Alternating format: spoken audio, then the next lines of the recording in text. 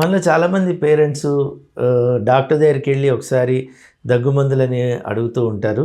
అవి ఇచ్చిన తర్వాత మళ్ళీ 2 నెలల తర్వాత మళ్ళీ అదే దగ్గు మందు వాడుతూ ఉంటారు. మళ్ళీ 4 నెలలు, 6 నెలలు, ఏడాది, కొంతమంది అయితే 2, 3 ఏళ్ళు కూడాను పిల్లలకి ఎప్పుడు జలుబు చేసినా దగ్గు వచ్చినా కూడాను అంతకుముందు వాడిన మందులే వాడుతూ ఉంటారు. ఇది ఎంతవరకు కరెక్టు? ఇట్లా ఆలోచించుకున్నట్లయితే నిజానికి మనము ఒకసారి వాడిన దగ్గుమందు ఇంకొకసారి వాడడానికి సరైనది కానే కాదు. ఎందుకంటే దగ్గుల్లో కూడా రకరకాలు ఉంటాయి. కొన్నిసార్లు యాంటీబయాటిక్ వాడతారు, కొన్నిసార్లు అసలు అవసరమే ఉండకపోవచ్చు.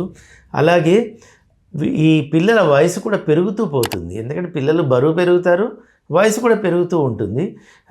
అలాగే డోసులు కూడా మారిపోతూ ఉంటాయి. అంటే మనము ముందర డాక్టర్ చెప్పిన డోస్ కన్నా ఆ డోసు ఇప్పుడు మారే అవకాశం కూడా ఉంటుంది. కాబట్టి ఏదైనా పర్వాలేదు అని చెప్పేసి ఆ పాతగా ప్రిస్క్రిప్షన్ చూసే అలా మందులు వాడడం ఎంత మాత్రం మంచిది కాదు.